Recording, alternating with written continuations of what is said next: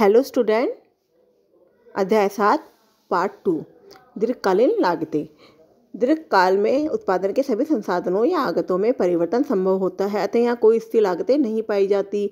हम केवल दीर्घकालीन औसत लागत और दीर्घकालीन लागत का ही अध्ययन करेंगे। तो दीर्घकाल जो समय की लंबी अवधि होती है, उसमें सभी साधन जो होते हैं वह परिवर्तनशील होते हैं, इसलिए यहाँ पे कोई भी स्थिर लागतें नहीं पाई जाएगी। इसके बाद है दीर्घकालीन औसत लागत। तो दीर्घकालीन औसत लागत है जो कुल उत्पत्ति मात्रा में से एक इकाई उत्पादन की औसत लागत ज्ञात करने के लिए कुल लागत में कुल उत्पादन मात्रा का भाग दिया जाता है। तो जब हम कुल लागत अर्थात टीसी में जब क्यू का भाग देंगे, तो टीसी में जब हम क्यू का भाग देंगे तो हमें एलएसी प्राप्त होगी। इसी तरह है दीर्घकालीन सीमांत लागत। तो दीर्घकालीन सीमांत लागत है दीर्घकालीन सीमांत लागत प्रति इकाई निर्गत में परिवर्तन का कुल लागत में परिवर्तन में भाग देकर प्राप्त किया जाता है। तो जिस तरह से अल्पकालीन सीमांत लागत निकाली जाती है, उसी तरीके से दीर्घकालीन सीमांत लागत निकाली जाती है। तो जब हम डेल्टा टीसी अर्थात कुल लागत में परिवर्तन का डेल्टा क्यू अर्थात कुल उत्पादन मात्रा में परिवर्तन का भाग देंगे, तो हमें दीर्घकालीन सीमांत लागत प्राप्त होगी। अब दीर्घकालीन जो लागत वक्रों की आकृति कैसे होती है? तो दीर्घकालीन लागत वक्र जो होते हैं, जो दीर्घकालीन औसत लागत है, अनेक छोटे छोटे अल्पकालीन औसत वक्रों से बना एक यू आकृति का वक्र भी होता है, जिसे लिफाफा वक्र भी कहते हैं। ये अनेक फर्मों के अल्पकालीन औसत वक्रों को स्पर्श करते हुए होता है। तो डायग्राम में देखिए कि जो ये वक्र है, ये दीर्घकालीन लागत वक्र है, औसत लागत वक्र है, जो अनेक छोटे छोटे अल्पकालीन औसत लागत वक्र को मिलकर बना है। तो इसे लिफाफा वक्र भी कहते हैं। ये एग्जाम में पूछा जाता है कि किस वक्र को लिफाफा वक्र कहते हैं, तो दीर्घकालीन औसत लागत वक्र को लिफाफा वक्र भी कहते हैं। अब इस वक्र को किस तरीके से बनाना है?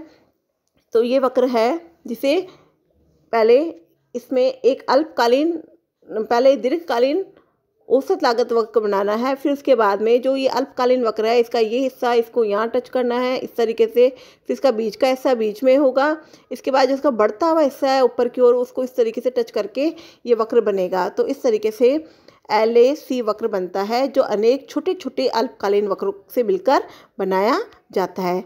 इसके बाद है दीर्घकालीन सीमांत लागत वक्र। जो दीर्घकालीन सीमांत लागत वक्र है, वह दीर्घकाल में सभी आगतों में परिवर्तन के फलस्वरूप प्रति इकाई उत्पादन मात्रा की लागत के रूप में व्यक्त किया जाता है। दीर्घकालीन सीमांत लागत वक्र भी अल्पकालीन सीमांत लागत वक्र की आकृति के समान ही होता है। तो रेखा चित्र में जो LMC वक्र है, LAC वक्र को न्यूनतम बिंदु से काटता हुआ ऊपर की ओर निकलता है। तो उसी तरीके से जब हम देखते हैं कि जो LAC वक्र है, ये LAC वक्र है, इसको ये न्यूनतम बिंदु पे काटता हुआ ऊपर की ओर निकल जाता है। LMC वक्र ऊपर की ओर निकल जाता है।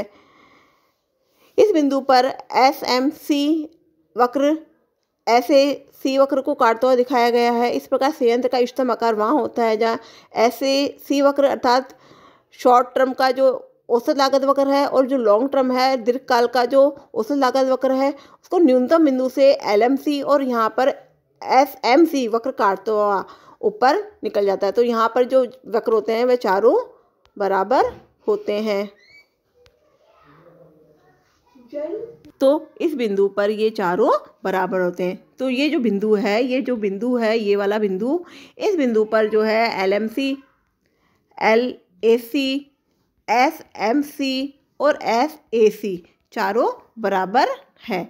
तो ये जो बिंदु है वह इष्टतम संयंत्र संयोग का बिंदु है, जहाँ पर एक उत्पादनकर्ता उत्पादन करना पसंद करेगा, जहाँ पर SAC वक्र और LAC वक्र को LMC वक्र और SMC वक्र दोनों काटता हुआ ऊपर की ओर निकल रहा है। Okay, thank you.